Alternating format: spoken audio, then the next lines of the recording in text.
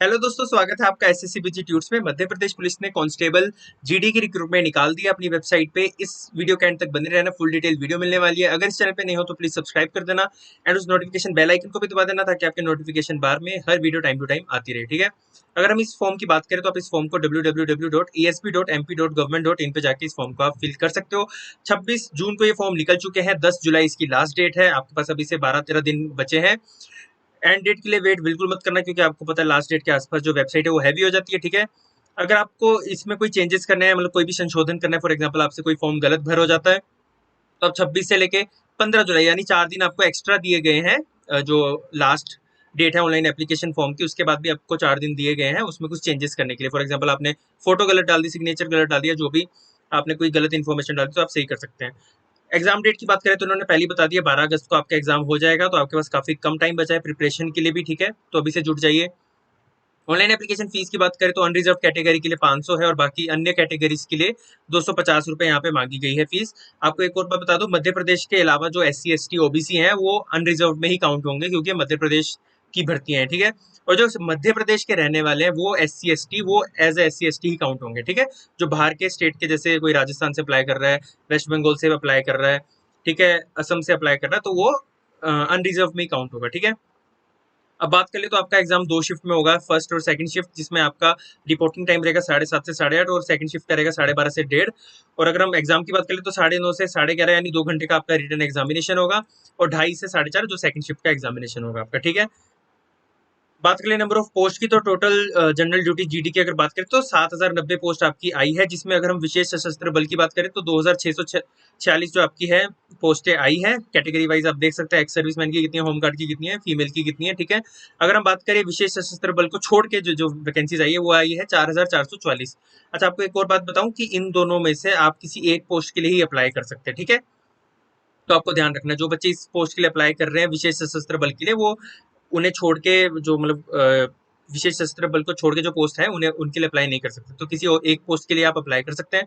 साथ ही साथ radio operator की भी जो है पोस्टें निकाली है 321, हाँ इसे आप अप्लाई कर सकते हैं, इन दोनों में से किसी एक पोस्ट। और साथ ही साथ अगर आपकी क्वालिफिकेशन मैच करती है रेडियो ऑपरेटर के लिए आगे, जिसमें हम बात करेंगे क्वालिफिकेशन की भी, तो आप ये भी अप्लाई कर सकते हैं। तो टोटल आप इन तीनों में से सिर्फ 2 पोस्ट के लिए अप्लाई कर सकते हैं, जिसमें रेडियो ऑपरेटर कॉमन रहेगी अगर आप इसकी एजुकेशन क्वालिफिकेशन फुलफिल करते हैं तभी। ठीक है, कैटेगरी वाइज आप यहाँ पे देख सकते हैं वीडियो पोस्ट करके, जिस भी कैटेगरी से आप बिलोंग करते हैं। ठीक है, बात कर ले हम आपकी जो इसका वेतन कितना होगा आपका प्रति माह, तो अगर देखें तो 19,500 जो आपकी स्टार्टिंग बेसिक पे होगी, जिसमें लगभग लगभग आपके 30,000 तक या उससे हल्का सा ज़्यादा ही होगा। आपका जो है इन हैंड सैलरी आएगी, जो आप कहते हैं जो आप घर ले जा सकते हैं, उतनी सैलरी 30,000 के करीब आपकी आएगी। बात कर ले एजुकेशन क्वालिफिकेशन की, जैसा कि मैंने आपको ऊपर बताया, तो आरक्षक जीडी की, अगर जीडी की बात करें तो आपकी 10वीं क्लास मांगी गई है और एक्स्ट्रा कुछ नहीं मांगा गया। और जो एसटी कैंडिडेट के बच्चे हैं उनके लिए 8th क्लास भी चल जाएगी अगर उन्होंने 8th क्लास पास किया है। आरक्षक रेडियो ऑपरेटर की बात करें तो मैंने जैसे कि बताया था ना, इसके लिए भी आप अप्लाई कर सकते हैं, लेकिन तभी अगर आपने ये एजुकेशन क्वालिफिकेशन फुलफिल किया, तो या तो आपकी 12th पास होनी चाहिए, ठीक है, या आपने ITI की होनी चाहिए इलेक्ट्रॉनिक्स, इलेक्ट्रिकल और हार्डवेयर या कंप्यूटर हार्डवेयर में, ठीक है, इनमें से किसी एक में। और बाकी रिजर्वेशन के लिए भी सेम ही एजुकेशन क्वालिफिकेशन है रेडियो ऑपरेटर के लिए। ठीक है, आपको ध्यान रखना है। अगर हम बात कर ले अब इसकी एज की, तो अगर मध्य प्रदेश के लोगों की बात करें जो अनरिजर्व कैटेगरी में आएंगे उनकी 36 वर्ष है। अगर पुरुष की बात करें, महिला की बात करें जो मध्य प्रदेश की रहने वाली है, तो उनके लिए 41 ईयर तक की है, तो उन्हें इसमें आपको 5 ईयर का एज रिलैक्सेशन दे दिया गया है। जो बाहर की स्टेट से बच्चे अप्लाई कर रहे हैं, चाहे वो किसी भी कैटेगरी के हो, क्योंकि वो अनरिजर्व में काउंट होंगे, तो उनके लिए चाहे वो मेल हो चाहे फीमेल हो, पुरुष हो या महिला हो, उनके लिए 36 वर्ष जो है मैक्सिमम एज रखी गई है। मिनिमम एज की बात कर लूँ तो आपकी 18 ईयर्स में मिनिमम एज रखी गई है। ठीक है, तो ये चीज़ आपको ध्यान रखनी है। बाकी आप कैटेगरी वाइज यहाँ पे देख सकते हैं, आप जिस भी कैटेगरी के बिलोंग करते हैं, यहाँ पे और भी एज रिलैक्सेशन यहाँ पे दी गई है। ठीक है, आप इस वीडियो को पोस्ट करके देख सकते हैं, जैसे यहाँ पे आरक्षित श्रेणी के बारे में बताया गया है। ठीक है, अब हम बात कर लेते हैं कि इसमें परीक्षा और जो आपका जो सिलेक्शन प्रोसेस जिसे हम बोलते हैं वो कैसे होगा। तो इसमें 2 चरण होंगे आपके, आपको ध्यान रखना है, जिसमें आपका दूसरा चरण फिजिकल होगा, पहला चरण आपका एग्जाम होगा MCQ बेस्ड, ठीक है, जिसमें आपका 100 अंक का एग्जाम होगा। तो प्रथम चरण की अगर बात करें, 2 घंटे का पेपर, जैसे कि मैंने आपको बताया था 2 शिफ्टों में होगा। ठीक है, 100 प्रश्न आएंगे, हर प्रश्न 1-1 अंक का होगा। ठीक है, आपको ध्यान रखना है। अच्छा, इसमें नेगेटिव मार्किंग नहीं है, तो आपको इस चीज़ का बड़ा फायदा मिलने वाला है। अगर फॉर एग्जांपल आपको 80 क्वेश्चन आते हैं, तो जो लास्ट के 20 क्वेश्चन है उसमें आप तुक्के भी लगा सकते हैं, तकरीबन तकरीबन आपके 5 से 6 क्वेश्चन सही हो सकते हैं। ठीक है, तो इसमें आपका फायदा ही है, क्योंकि इसमें नेगेटिव मार्किंग नहीं है, तो सारे क्वेश्चन अटेम्प्ट करने हैं, ठीक है।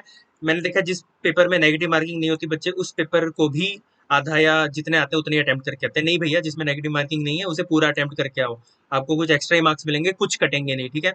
बात कर लें कि क्या सेक्शन आने वाले हैं, तो आपके 40 अंक का आपका सामान्य ज्ञान आएगा, यानी जो आपकी जीके रहने वाली है। 30 अंक का आपका बौद्धिक क्षमता, यानी जो आपकी रीजनिंग रहने वाली है। और 30 अंक का आपकी जो बेसिक मैथ्स और जो बेसिक साइंस होती है वो आपकी इसमें आएगी, ठीक है।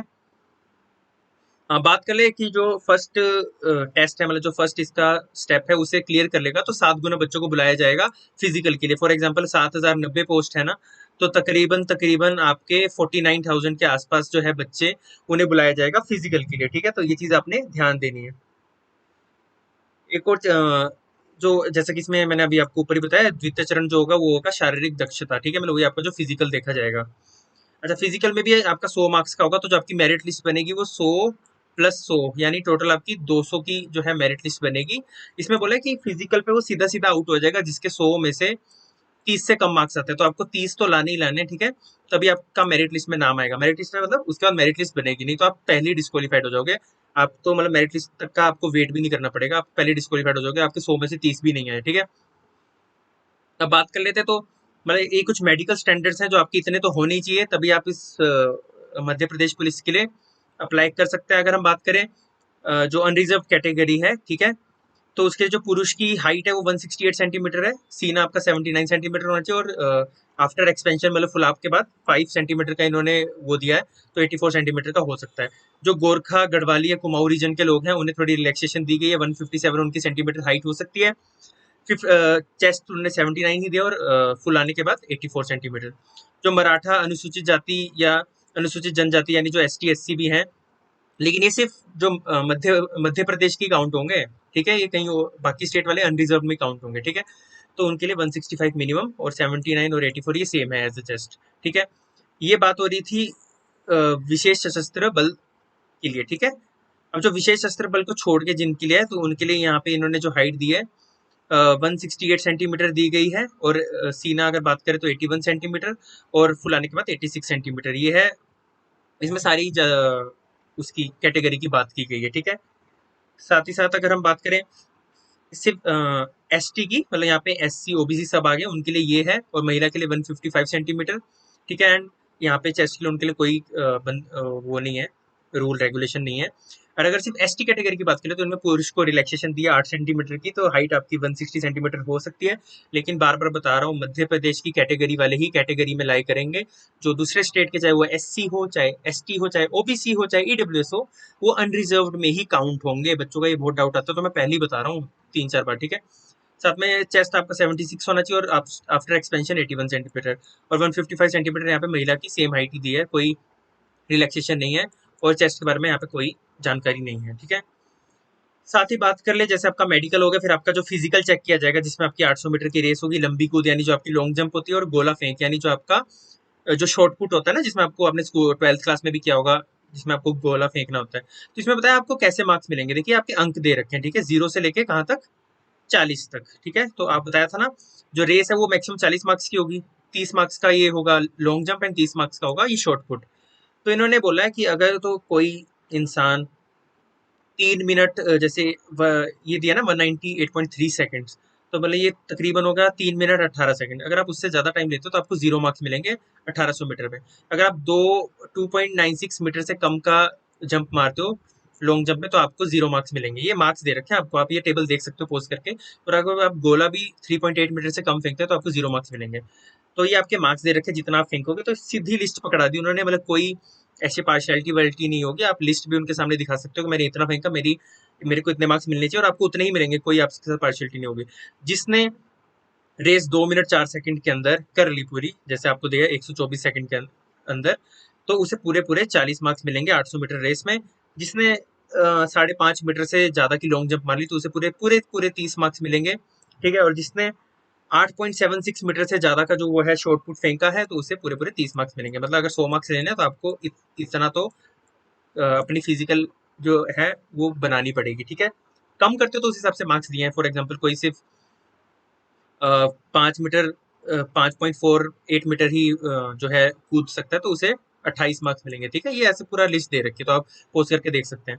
सिमिलर लिस्ट ये महिलाओं के लिए भी दे रखी है, तो आप इस वीडियो को यहाँ पे ऐसे पोस्ट करके देख सकते हैं। ठीक है, जैसे कि यहाँ पे बता रखा है 176 एंड जो सेकंड से कम में अगर आप कोई महिला रेस पूरी करती है तो उसे पूरे 40 अंक, और 4.36 मीटर से ज़्यादा अगर वो लॉन्ग जंप करती है तो 30 अंक, और 7.2 मीटर से ज़्यादा अगर वो शॉर्ट पुट करती है, मतलब वो गोला फेंकती है, तो उन्हें 30 अंक। तो ये था कुछ मध्य प्रदेश पुलिस कांस्टेबल के बारे में कुछ इंपॉर्टेंट जानकारी। अगर इस वीडियो के इस पार्ट तक बने हुए तो प्लीज सब्सक्राइब कर देना, लाइक कर देना इस वीडियो को, एंड शेयर कर देना उन सभी दोस्तों के साथ जो गवर्नमेंट जॉब की तैयारी कर रहे हैं। धन्यवाद।